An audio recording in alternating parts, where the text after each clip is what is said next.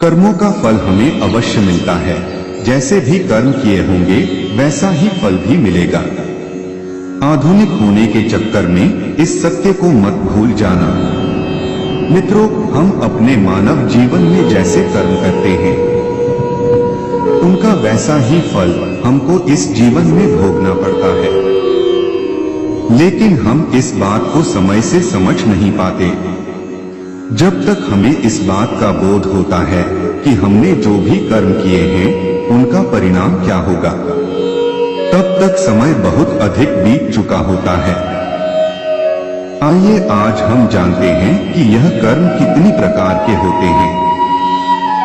Video शुरू करने से पहले हम बताना चाहते हैं कि आप हमारे चैनल पे नए हो तो लाइक, कमेंट और सब्सक्राइब जरूर करें।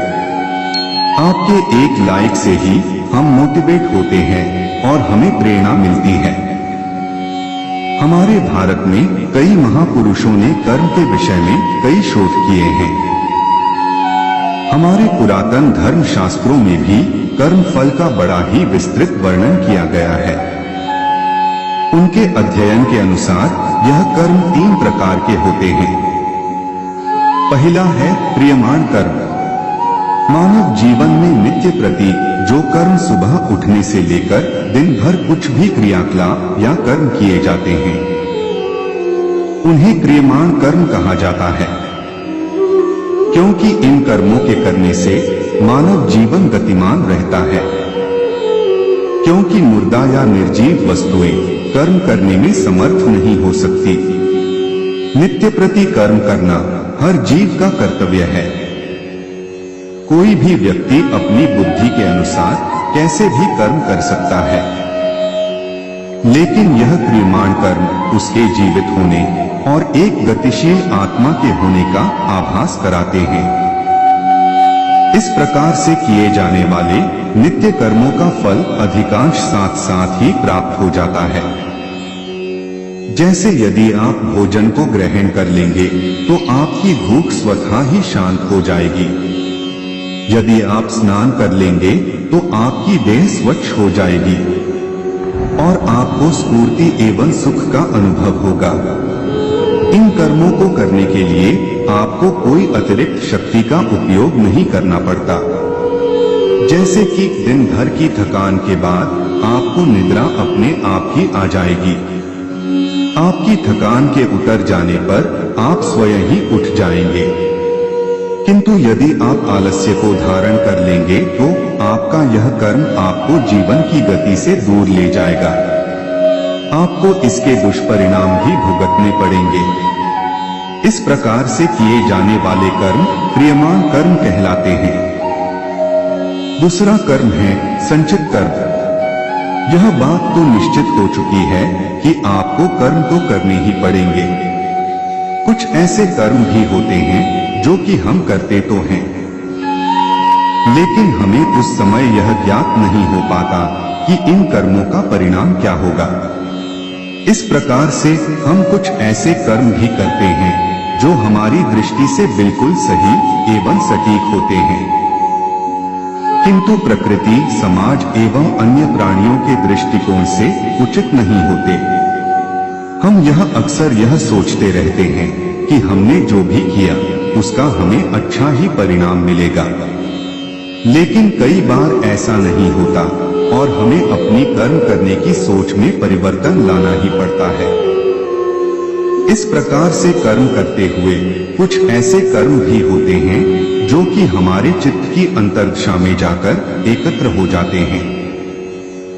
साथ ही उन कर्मों का फल भी चित्त में ही विद्यमान हो जाता है।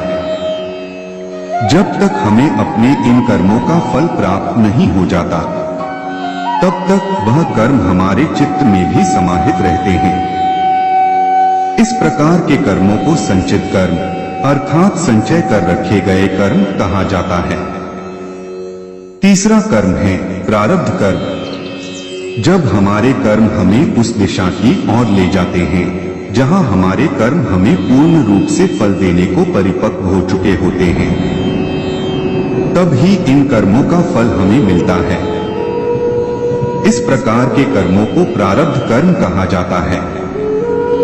इस प्रकार के कर्म हमारे अंतर्मन में लंबे अंतराल के लिए एकत्र रहते हैं।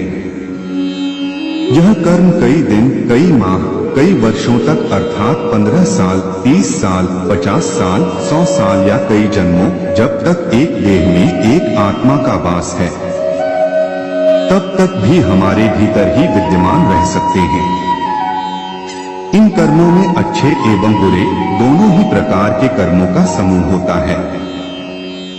जिस प्रकार से हम अपने दैनिक जीवन में एक ही दिन में कई प्रकार के कर्म कर लेते हैं, जिनमें से कुछ कर्म हमारे संचित कर्मों में समाहित होकर अनंत काल के लिए विलीन हो जाते हैं। इस प्रकार से किए गए कर्मों का एक बड़ा भाग लाखों की संख्या में संचित कर्मों के एक विशाल समूह का रूप धारण कर लेता है। इस तरह से यदि हम विचार करें तो पाएंगे कि हम अपने एक मानव जीवन में लाखों संचित कर्मों को एकत्रित कर लेते हैं। यदि हम अपने पूर्व जन्म के कर्मों को भी इनमें सम्मिलित कर लें तो हमें ज्ञात होगा कि ऐसे बहुत सारे अनगिनत कर्म अभी बाकी हैं, जिनको भोगना अभी शेष है, ताकि उनका कर्म फल हमें प्राप्त हो सके। हमारे शास्त्रों में एक प्रकार के ज्ञान योग का भी वर्णन किया गया है।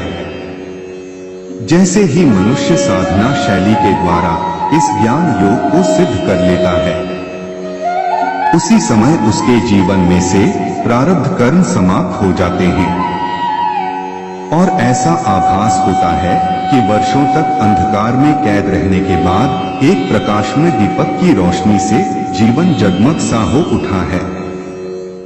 ऐसे कर्मों को आध्यात्मिक व्याकरण भाषा में प्रारब्ध कर्म कहा जाता है। मित्रों, अपने इस वीडियो के द्वारा हमने आपके सामने कर्मफल के सिद्धांत एवं कर्मों के प्रकार के विषय में कुछ जानकारी प्रस्तुत की है। भगवान श्री कृष्ण जी ने भी श्रीमद् भागवत गीता में कहा है कि कर्मण्येवाधिकारस्ते मा फलेषु कदाचन मां कर्मफल हेतुर्भूर्मा ते संगोस्त्व कर्मणि। अर्थात हे मनुष्य, तू फल की चिंता कर्म बिना किए जा, तुझे तेरे किए हुए कर्मों का फल अवश्य ही प्राप्त होगा। यदि आप भी इस विषय में अपने विचार देना चाहते हैं तो कमेंट बॉक्स में अवश्य लिखें। आपको वीडियो अच्छा लगा होगा और आप हमारे चैनल पे नए हो तो लाइक, कमेंट और सब्सक्राइब जरूर करें। आपके एक लाइक से ही हम मोटिवेट होते हैं और हमें प्रेरणा मिलती है। धन्यवाद।